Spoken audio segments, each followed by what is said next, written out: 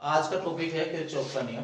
प्रथम नियम पढ़ेंगे। किरचॉफ ने दो नियम दिए थे, ठीक है। किरचॉफ ने कितने नियम दिए थे? एक तो दिया था संधि का नियम, क्या दिया था? एक दिया था संधि का नियम और एक दिया था जंक्शन का नियम। संधि का जंक्शन हो गया, जंक्शन लो।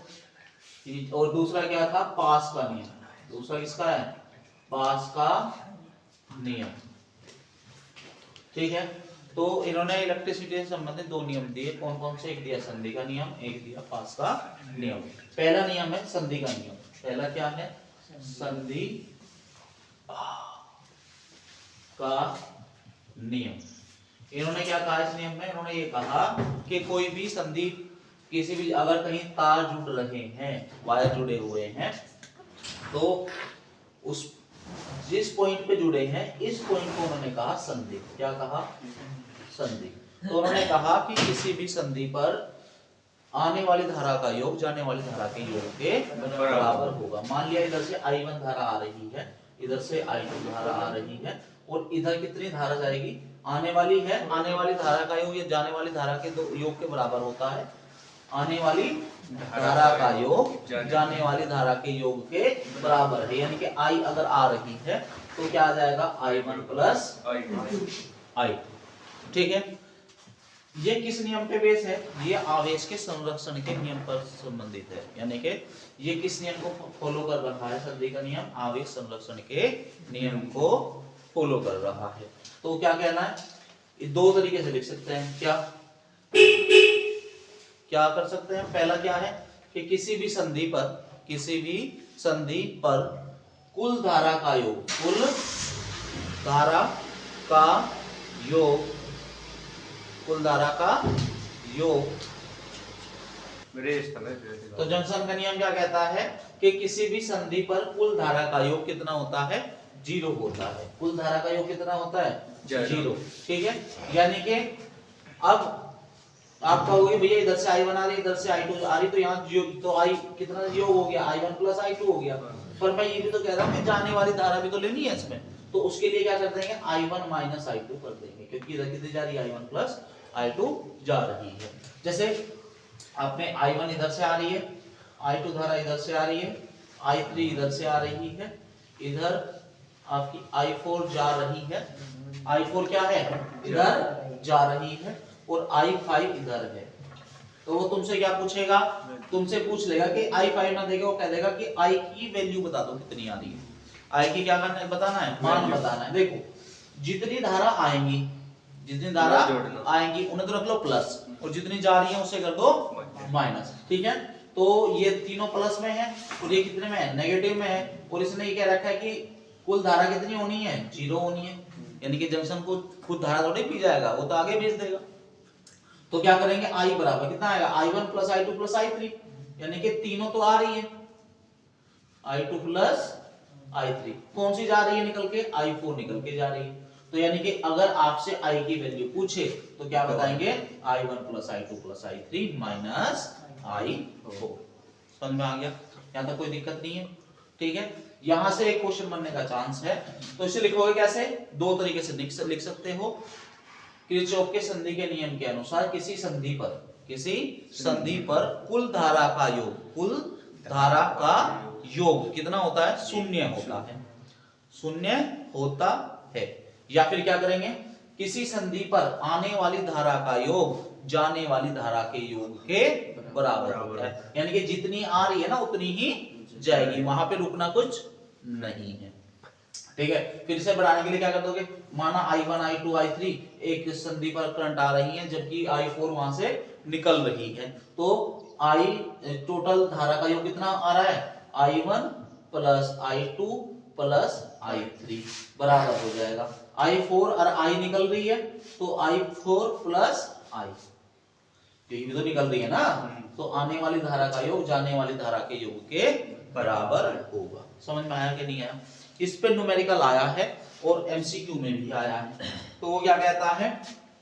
वो कहता है कि आपको 3-4 धारा दे देगा। जैसे ये दे दिया 1 एम्पियर की आ रही है, यहाँ पे 2 एम्पियर की धारा आ रही है, और यहाँ पे, यहाँ से 5 एम्पियर की धारा आ रही है। तो वो पूछ लेगा कि भैया इस जंक्शन से कितनी धारा निकलेगी, या फिर क्या करेगा, इसे और अच्छा सा करने के लिए क्या कर देगा, यहाँ पे फिर से इसे तोड़ देगा। ये क्या कर देगा, इसको आई कह देगा और यहाँ कह देगा कि भैया यहाँ से 1 एम्पियर धारा जा रही है, यहाँ से कितनी धारा जा रही है, 1 एम्पियर धारा जा रही है, और इसे कह देगा I2 की वैल्यू बता दो। पहले क्या पूछेगा, I1 भी पूछेगा और I2 भी पूछेगा। क्वेश्चन समझो, क्या कह रहा है, 1 एम्पियर, 5 एम्पियर और 2 एम्पियर इस जंक्शन पे विद्युत धारा आ रही है। इस जंक्शन पे मतलब जो धारा यहाँ होगी वो यहाँ होनी है, तो इसकी वैल्यू बता दो जी, किसकी वैल्यू बता दो, इसकी वैल्यू बता दो। और आगे क्या कर देगा, यहां से 1 एम्पियर धारा निकल गई तो यहाँ पे कितनी धारा आएगी। समझ में आ रहा है क्या नहीं आ रहा। तो आप सबसे पहले क्या करोगे, इस जंक्शन पे ये देख लो कितनी धारा आ रही है, क्यों, क्योंकि सब आने वाली धाराएं हैं, ये भी चलो आ रही है। तो 5 और 1 6, यानी कि सब धारा को जोड़ोगे ना, 1 एम्पियर है जी आने वाला, यहाँ पे 5 है जी, 2 है, तो कितना हो गया 8 एम्पियर। यहाँ कितनी धारा होगी, 8 एम्पियर धारा हो गई है, ठीक है। यानी कि किधर जा रही है, 8 एम्पियर इधर जा रही है। तो यहाँ पर ये देखो, यहाँ पर यहाँ से कितनी चली गई धारा, 1 एम्पियर निकल गई ना, तो कितनी बच गई, 7। तो यहाँ I2 की वैल्यू कितनी आ जाएगी, 7 एम्पियर। कितने एम्पियर आ गई, 7 एम्पियर। और ये क्वेश्चन कई बार आया है, इंपॉर्टेंट क्वेश्चन। समझ में आया कि नहीं आया, नोट करना स्टार्ट करो जल्दी से। हाँ जी, किरचॉफ के प्रथम नियम के बारे में पढ़ चुके थे, दूसरे नियम के बारे में पढ़ेंगे। पहला कौन सा था, संधि का नियम था। कौन सा था, संधि का नियम। ये क्या कह रहा था, ये कह रहा था भैया किसी भी संधि पर आने वाली धारा का योग जाने वाली धारा के योग के बराबर होगा। दूसरा है पास का नियम, पास का नियम कह दो, या वोल्टता का नियम कह दो, वोल्टता का नियम कह दो, या लूप का नियम कह दो। क्या हो गया, 3 हो गया नाम इसके, कौन सा, 4 हो गए। किरचॉफ का दूसरा नियम, पास का नियम, वोल्टता का नियम, या लूप का नियम, कोई सा भी आए ये पेलना। समझ में आ रहा है। ये क्या कहता है, ये कहता है कि अगर आप कोई सर्किट ले रहे हैं, ठीक है, एक सर्किट ले लिया जिसमें के दो लूप बने हुए हैं और इसमें 2 रेजिस्टेंस लगे हैं, मान लिया एक यहाँ लग गया, एक यहाँ लग गया, चलो और बढ़ा लेते हैं ना इसमें, ठीक है, एक यहाँ हो गया, ठीक है, R1 R2 R3। 2 बैटरी है, एक का विद्युत वाहक बल E1 है, एक का विद्युत वाहक बल E2 है।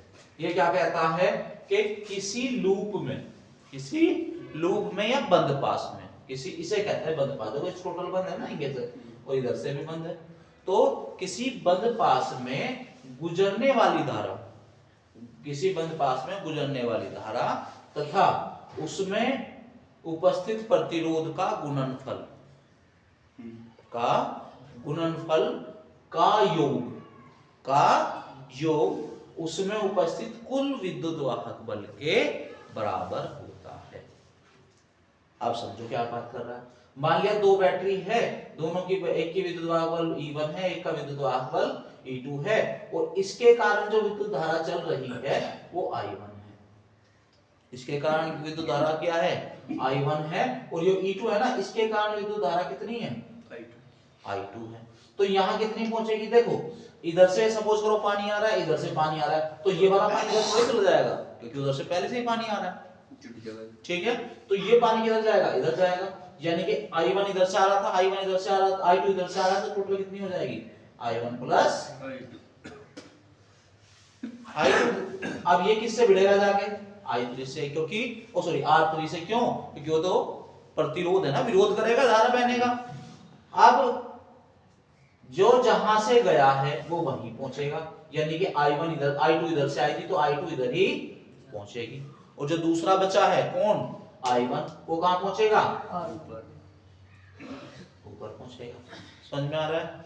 जो जहां से विद्युत धारा जाएगी वो वहीं वापस आएगी, पहली बात। दूसरी बात, ये ऐसे नहीं करना कि I2 हम इधर भेज दें, I1 इधर भेज दें, ऐसा नहीं करना। क्या है, क्योंकि प्लस टर्मिनल से हम विद्युत धारा मान के चलते हैं।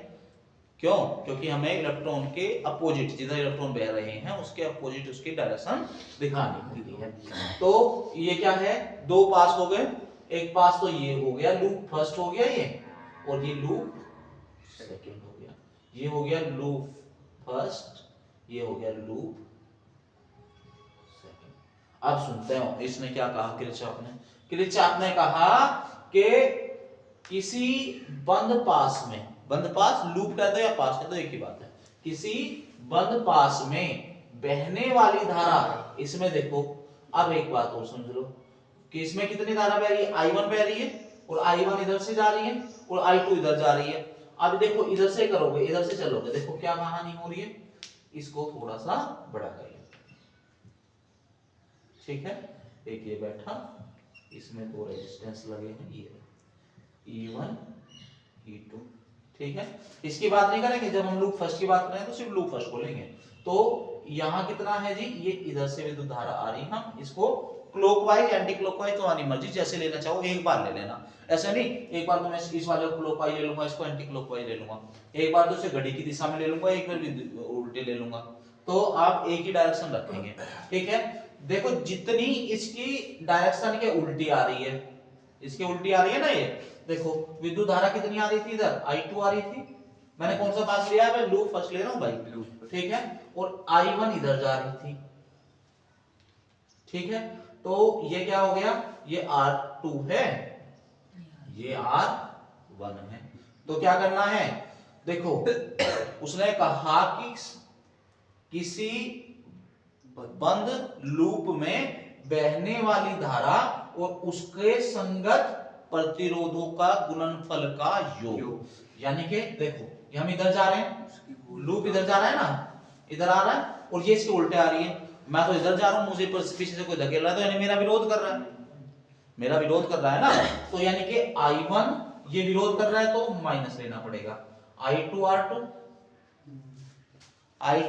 R2 जो तुम्हारा विरोध करेगा उसको माइनस लेना है, और जो विरोध जो तुम्हारे साथ रहेगा उसे प्लस में लेना है। देखो अब मैं यहां से आ रहा था और यहां से आने के बाद कहां पहुंचा, यहां पहुंचा, तो I की डायरेक्शन भी इधर है, मुझे भी इधर जाना है, तो क्या आ जाएगा, प्लस आ जाएगा, समझ में आ रहा है कि नहीं आ रहा। तो I1 R1 बराबर, देखो ये क्या कर रहा है, इधर से हम चले थे, धारा भी इधर से चली थी, और ये क्या कर रहा था, तुम्हें उसने नहीं दिया था तुम्हें विद्युत धारा को, तो क्या कर रहा है, विरोध कर रहा है, तो I1 minus sorry E1 minus E2, समझ में आया कि नहीं आया, आसान था। अब दूसरे में बात करें, ठीक है जी, तो सही से कर लो, I1 R1 minus I2 R2 बराबर क्या हो जाएगा, E1 माइनस E2, ये पहली कंडीशन हो गई, ठीक है। दूसरे की बात करते हैं, दूसरे में क्या होगा, देखो यहां से चले थे विद्युत धारा लेके, ठीक है, देखो यहां से P2 लगा है, E1 नहीं है, विरोध करने वाला कोई है ही नहीं, तो क्या करा, I2 चली थी और यहां क्या बन गई, I1 प्लस I2, यहां क्या है, प्लस में है क्योंकि साथ दे रही है तुम्हारा, समझ में आ रहा है, तो क्या हो जाएगा, I1 प्लस I2, कौन था साथ में, R3 था। किसी लूप में कुल धारा और उसके संगत प्रतिरोधों का गुणनफल का योग करेंगे, तो यहां चलेंगे भाई, ठीक है, यहां पहुंचे, I2 मिली बस इसको, अब ऊपर वाले के बारे में बात नहीं कर रहा मैं, नीचे वाले की बात कर रहा हूं, I2 R2 प्लस में लूंगे माइनस में, प्लस में लेना पड़ेगा क्योंकि लूप में से ले रहा हूं ना पूरा का पूरा, ठीक है, तो क्या हो जाएगा, प्लस I2 R2 बराबर, देखो क्या आएगा, E आएगा, कौन से वाला E, 2 बस, तो ये दूसरी कंडीशन हो गई, ये लूप फर्स्ट है, ये लूप सेकंड है। अगर कोई प्रॉब्लम है तो पूछो, इसके बिना क्वेश्चन नहीं होंगे, इसके बिना क्वेश्चन होने वाले नहीं है, व्हीटस्टोन सेतु वगैरह में काम आएगा, नोट करो। किरचॉफ के नियम पे क्वेश्चन है, क्या है, 2017 में और 2019 में आया है यूपी बोर्ड, क्या दिया है आपको, एक डायग्राम दिया है जिसपे आने वाली धारा दी गई है 2 एम्पियर 2 एम्पियर, 1 एम्पियर की आई है। I1 आपसे पूछना चाहता है, यहाँ से 1 एम्पियर वापस चली गई और कितनी पूछ रहा है, I2 पूछ रहा है, और ये कितना 1.2 एम्पियर इधर चली गई, और इसमें कितनी है आप इसमें बताएंगे, और इधर हो गया सपोज करो 1 एम्पियर इधर आ गई। ठीक है, तो अब आपको क्या बतानी है, आपको इसमें कुल विद्युत धारा बतानी है कितनी इसमें आएगी। ठीक है, अब कैसे करेंगे, देखो संधि का नियम क्या कहता है, संधि का नियम ये कहता है किरचॉफ का फर्स्ट नियम कि भैया यहाँ जो कुल धारा होगी ना वो 0 होगी। ठीक है, क्योंकि या ऐसे कह दो आने वाली धारा का योग जाने वाली धारा के योग के बराबर होता है। यानी कि एक एम्पियर आ गई, 2 एम्पियर आ गई और 2 एम्पियर, टोटल कितनी आ गई यहाँ 2 + 2 + 1 कितनी आ गई 5 एम्पियर आ गई। ठीक है, जाने वाली कहीं है नहीं, तो यानी कि I1 की जो वैल्यू आ गई, I1 की वैल्यू कितनी आ गई 5 एम्पियर। ठीक है, अब 5 एम्पियर यहाँ जा रही है, 5 में से 1 इधर चली गई। ठीक है, 5 में से 1 इधर चली गई, 5 में से कम हुई है तो इधर से कितनी चली गई 1 एम्पियर, तो यहाँ I2 की वैल्यू कितनी आ जाएगी, I2 बराबर आ जाएगा 5 - 1 4 एम्पियर।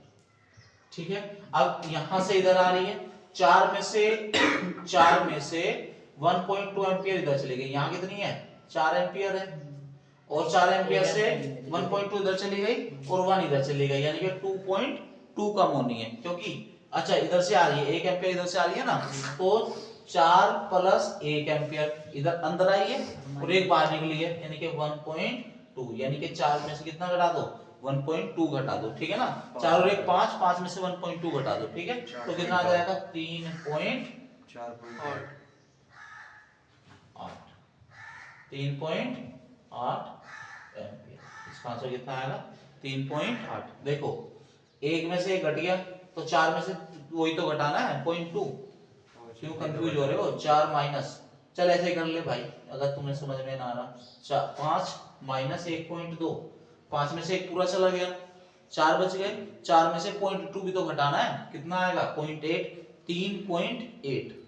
समझ में आया, नोट कर जल्दी से।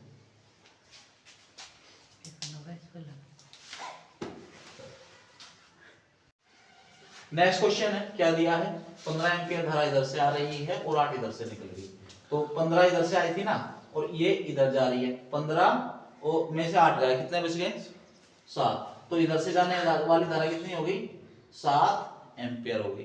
किसका वैल्यू पूछना चाहता है, आई की वैल्यू पूछना चाहता है। 7 यहाँ आ गई, इस कोने पे कितनी हो गई 7 हो गई, 7 और 3 इधर से आ रही है, 7 और 3 10, यानी कि यहाँ पे कितनी हो गई आपकी 10 एम्पियर करंट इस कोने पे हो गई। ठीक है, अब क्या करना है, अब इधर से देखो 5 इधर से आ रही है और 8 इधर से आ रही थी, 8 और 5 13, तो 13 8 इधर से वापस थोड़ी चली जाएगी, किधर जाएगी इधर जाएगी, तो ये कितनी हो गई 8 + 5 कितनी आ गई 13 आ गई। तो इस कोने पे कौन कौन मिल रहा है 13 और 10 एम्पियर, यानी कि 10 एम्पियर और 13 एम्पियर दोनों मिल रही है, तो यहाँ आई की वैल्यू कितनी आ गई 10 + 13 कितनी आ गई 23 एम्पियर, यानी कि इस सिरे पे कितनी आ रही है 23 एम्पियर धारा आपको मिलेगी। ठीक है, नोट कर दीजिए। नेक्स्ट क्वेश्चन दिया हुआ है, एमसीक्यू आया था 2018 और 2019 में, क्या दिया है इधर से 2 एम्पियर 4 एम्पियर की धारा इधर से आ रही है, 4 इधर की आ रही है, और आपसे वो पूछना चाहता है कि इस वाले सिरे से यहाँ पर कितनी धारा, यहाँ पे कितनी धारा होने वाली है, आ रही है या जा रही है। ठीक है, तो ये आपके ऑप्शन दिए, एमसीक्यू का क्वेश्चन था, उसमें क्या दिया है 4 एम्पियर की करंट आई है और 4 और 2 यहाँ कितनी करंट आ गई टोटल, यहाँ हो गई आपकी 6 एम्पियर, कितनी एम्पियर आ गई यहाँ पे 6 एम्पियर, 6 एम्पियर यहाँ चली, 6 में से कितना पहुंचा यहाँ पे, यहाँ से 1 एम्पियर निकल गया, 6 में से 1 गया 5 में से इस यहाँ कितनी पहुंची है, यहाँ पहुंची है आपकी 5 एम्पियर, 5 एम्पियर यहाँ कितनी पहुंची है 5 एम्पियर, 5 में से 1.3 इधर चला गया 5, यानी कि इधर का कितनी आएगी 5 - 1.3 कितना आ गया, कितना आया 3.7। कौन सा ऑप्शन सही हुआ, दूसरा ऑप्शन। ठीक है, नोट कर लेते हैं। एक क्वेश्चन आया है 2021, 22 और 23 में, आते हुए पागल हो गया, ठीक है। 24 में अभी आप क्या बता रहे, ठीक है। क्या है, इसमें दो बैटरी लगी हुई है, एक ये रही और एक ये रही। इसका जो ईएमएफ है या इसकी जो वोल्टेज है कितनी की है, 1 वोल्ट है, और यहाँ से विद्युत धारा चलने प्रारंभ हो रही है, इसे डायरेक्शन दी गई है। अब आपसे क्या पूछना चाहता है कि भैया I1, I2 और I3 यानी कि इन सिरों में कितनी करंट आपकी फ्लो कर रही है, वो आप मुझे बता दीजिए। यानी कि I1 भी दो मुझे निकाल के, मुझे I2 भी निकाल के दो, I3 भी निकाल के दो। देखो एक बात समझ में आनी चाहिए, तो विद्युत धारा ना इधर से चलती है, पॉजिटिव टर्मिनल से चलती है और नेगेटिव में चली जाती है, ठीक है ना। तो ये यहाँ से चली, यहाँ से चली, और ये वाली इधर से चली, तो ये वाली इधर नहीं जा पाएगी, ऊपर नहीं जा पाएगी ना, और ऊपर वाली नीचे नहीं जा पाएगी। यानी कि टोटल धारा जो हो जाएगी वो इस वाले सिरे से जाएगी, ठीक है। यानी कि जो आपका I3 बन रहा है वो I1 प्लस I2 के है। I3 क्या है, I1 प्लस I2। देखो यहां से गई, रास्ता इधर से मिला है तो इधर से तो निकल के जाएंगे। समझ में आ रहा है कि नहीं आ रहा क्वेश्चन? क्वेश्चन समझ में आ रहा है कि नहीं आ रहा?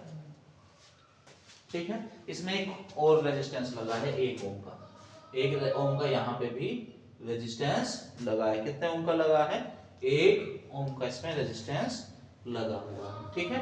अब क्या करना है, आपसे क्या पूछ रहा है कि भैया टोटल धारा कितनी होगी, या I1 I2, I1 भी बताओ और I2 भी बताइए। क्वेश्चन में धारा आपसे पूछी है। आपसे एक बात तो चलिए आ गया कि भैया I3 कितना आ रहा है, I1 प्लस I2 के है। क्यों? क्योंकि दोनों धारा इधर से गुजरी है, ठीक है। तो उसने क्या कहा था कि भैया लूप का नियम, किरचॉफ का दूसरा नियम या किरचॉफ के लूप का नियम क्या कहता है, आप एक लूप बना लो, कोई भी, या तो क्लॉकवाइज या एंटी क्लॉकवाइज, आपकी अपनी मर्जी, ठीक है। तो मैं कैसे बना रहा हूं, तो यहां से चल रहा हूं और कहां पहुंच गया, ये बन गया मेरा लूप, ठीक है। इसका कैसे बनाए, इसका मैं ऐसे बना लेता हूं, यहां से गया और यहां से वापस, ठीक है, कोई दिक्कत नहीं है, ठीक है जी। अब हमने क्या किया, इसे लूप फर्स्ट लिख देते हैं, इसे लूप सेकंड लिख देते हैं। लूप फर्स्ट और लूप सेकंड, या पास फर्स्ट और पास सेकंड लिख सकते हैं। तो पास या लूप 1 से क्या हो जाएगा, देखो मैं कैसे गया, यहां से कितनी चल रही है धारा, I चल रही है। क्या कहा था उसने कहा था कि उसमें बहने वाली धारा, उस सिरे में बहने वाली धारा और उसमें लगे प्रतिरोध के गुणनफल, प्रतिरोध के गुणनफल का योग, यानी कि यहां से जाओगे कितनी धारा बह रही है, इसे और इसकी मल्टीप्लाई करनी है, और इसमें 2 एंपियर और कितनी धारा बह रही है, 3 कर रही है, किसके बराबर होता है, उसमें लगी विद्युत वाहक बल के बराबर होता है। समझ में आ रहा है? तो क्या करेंगे, देखो यहां से I2 चली है, I2 गया किसके पास, 1 ओम के पास। तो मैंने कहा था कि भैया कितनी धारा बह रही है, 1 एंपियर बह रही है, और इसका कितना है ओम, 1 ओम का है। समझ में आ रहा है कि नहीं आ रहा, समझ में आ रहा है?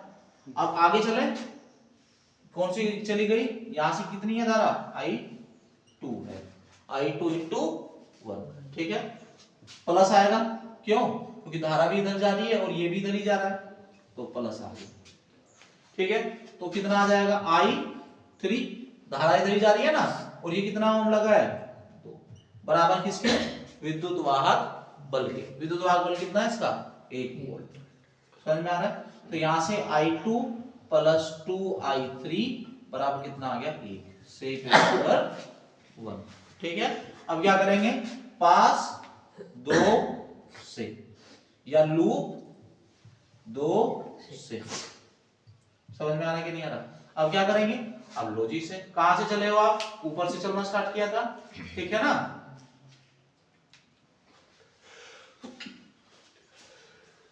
I1, यहां से I1 है, I1 इंटू 1 ओम, I1